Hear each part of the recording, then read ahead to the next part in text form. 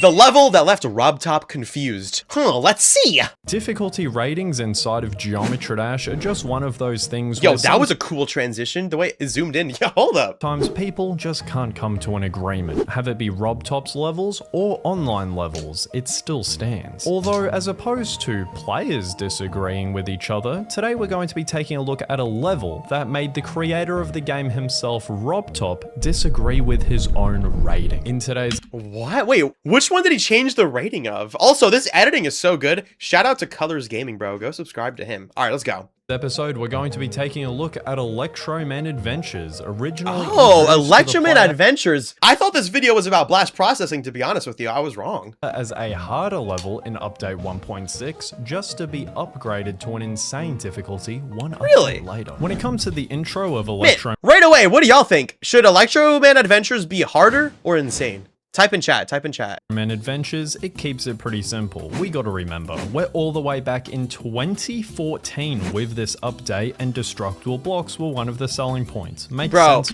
The destructible blocks are underutilized in my opinion. They are one of like the most cool blocks in Geometry Dash, like physics wise, and they also look cool, but you never see them in levels. That's why in Time Extreme, like I really pushed to make myself use them, and I'm glad I did. I should have put them in Cycles X too, but there was nowhere really seemed like a fit. Bro, when I super buff X step though, you're gonna see some breakable blocks in there, man. Like they're just so good, bro. They're just so good. Okay, let's play. Blocks were one of the selling points. Makes sense on why you see it so much here. Now, when it comes to this mini ship segment, I'm a big fan of it. I find it extremely satisfying to do both pathways. Bro, Electroman Adventures is so good. I remember watching a video one time, and they did like a community vote of like everybody saying what their favorite level is, and Electroman Adventures was actually #1. Like rated by like thousands of people, this ended up being the highest average rated level. So Electroman Adventures, I would have to assume that it's a lot of your guys' favorite level. Am I correct in assuming that? The intended route and then the hidden coin route. It's a really fun time, and then we follow up by going through these very easy to navigate through pillars. Although I must add, and I think that everyone's going to agree with me on this one, the coin route is infinitely easier than the intended path. I'm not going to include— What? I don't know, I mean, maybe. I don't know. I struggled with the coin route just because straight flies hard, but I guess it is kind of an easy coin. I don't know. That's interesting. This in my analysis of the difficulty, because I won't include coins. I think that that's fair, but it is interesting to point out. And of course, now that I mention it, I think for the first coin, that should be unanimously agreed upon to be the easier pathway. Now, when it comes to this Minikube section, I could argue that Minikube gameplay is— Bro, this Minikube looks way harder than it actually is. Like, I remember seeing all those pads and I was like, and then you realize like all you gotta do is just hold right here and just jump over these two. That's it. And it's auto. Difficult for new players. Although thanks to most of the gameplay being pad work, so in other words auto, you can't really say anything. Yeah, exactly. Here. Now when it comes to this section, I'll give RobTop the benefit of the doubt on the insane rating. We have to remember, for videos like this, I'm only comparing it really to RobTop's other levels. So when I say that this is difficult, I'm of course talking for his standards. Then we get sent into reverse gameplay, which automatically makes this even more difficult, into a nice 50-50 split of normal cube gameplay and upside down cube game. I feel like Electroman Adventures overall is very tame. I'm trying to think right now, like, is there even like a choke point at any point in this level? Like, I feel like it's a pretty balanced level. I don't remember there being anything in particular that I was like really struggling with at this level. Like, if anything, this backwards cube part maybe. I don't know though.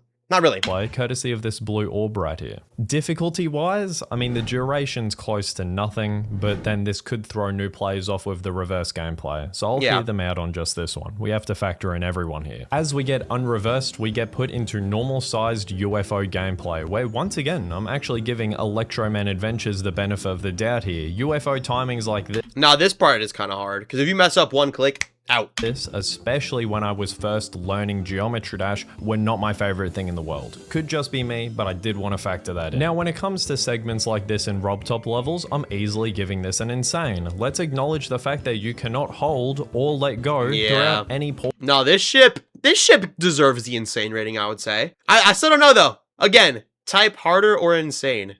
What difficult you guys think? And you can look in the chat in the top when you're watching the video. Portion of this ship segment. That's definitely something to know. So as we come to this part of the level, do we acknowledge that this level can be difficult at times, especially for new players? 100%. Yeah. Although something that you'll see moving forward within this level is that we're actually about to experience a turning point where the level becomes extremely easy to what we've just discussed. We leave that ship segment and now go into a reverse mini. Now this UFO is easy, bro. There's not even spikes, bro. Actually, hold on.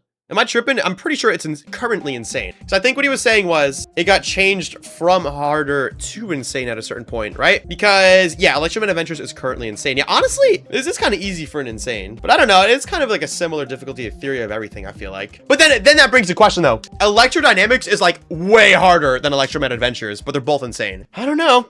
It's tough to say. We'll see what he says. UFO, where unlike the ship, we can touch the roof and the floor of these pillars as we please. So therefore, as you would have guessed already, you can spam and let go whenever you want throughout this whole section, or of course go through the middle. You would have picked up that that's a pretty big change. We just go from this ship, where I would easily give this an insane rating when comparing it to other RobTop levels, to whatever you would rate this. Harder? Hard? I'll let you guys decide down below. We follow up the mini UFO with mini ship gameplay now, and once again I have something to discuss here. You can hold and you can let go. Bit of a recurring pattern here. We went from this ship segment, where once again I would without a doubt give that an insane, to this. So we really Yo, why does this level low-key get nerfed in the second half? Like, it really does get easier. I'm not gonna lie. It's a bit of a divide, or at least it starts to begin to, when it comes to Electroman Adventures. We leave that mini ship segment to then go back into another mini cube section, where I would have to argue that in my opinion, this is the most crucial segment within the level when it comes to ranking the difficulty. Take a look at that percentage right there. We're now in choke point territory. Yeah. The mini game mode can enhance quite simplistic gameplay. Let's compare this ending portion to the reverse cube gameplay that I touched on earlier. Similarities between these two portions is that you're the cube first of all, and then you're also switching between normal gravity and upside down gravity. Although as opposed to your focus being on the idea that you're reversed, this time it's the idea that your input speed needs to be increased. This being on the sheer fact that your airtime is reduced within the mini game. I never thought about that. Yeah, because the mini cube is in the air for less time, that does like just inherently require your clicks to be more precise. And I really thought about that. Like the mini portal low key can buff apart just because it's mini. I mean, well, that's obvious. I mean, a 3 spike jump's gonna be harder as a mini, but like even if you're just jumping up and down, like it just gives you less time to jump. You know what I'm saying? I hope so. Game mode. So far, when we're analyzing Electroman Adventures, we've seen quite contradicting arguments when it comes to the overall difficulty of the level. To help us understand how confusing rating Electroman Adventures is, let's create a score sheet for what segments I would give a harder, as opposed to what segments I would give an insane. The beginning cube is without a doubt a harder. I'm giving the beginning ship, factoring in the normal intended pathway. Predictions? I'm gonna say mostly harder. Probably, you know what? Too insane, rest harder. That's my prediction. Not the hidden coin, an insane. The mini cube section right here is without a doubt a harder, due to the majority of it being auto. As previously discussed, this ball section is definitely an insane. It's probably gonna be 3 actually. Conflicted on the reverse cube gameplay, although I'm going to have to lean towards it. No, you know what specific click in this part used to kill me back then? Let me go back real quick. I'm a bit conflicted on the reverse cube gameplay, although it's right here. You hit the blue orb and jump up here, and then you land on this one, and I always think, oh, you're supposed to hold, but if you hold, you just die. You have to fall and then click again. Like, it's kind of like a weird spacing of the platforms. Now, this little segment right here used to kill me all the time. To lean towards insane, considering that we have to factor in new players. Despite the awkward timing here with the UFO that I discussed earlier, of course, when it comes to the grand scheme of this portion, I'm going to have to lean towards harder. Not too much to say. Oh, and by the way, I was already wrong. There's 3 insanes. All right, maybe it's gonna end with 4.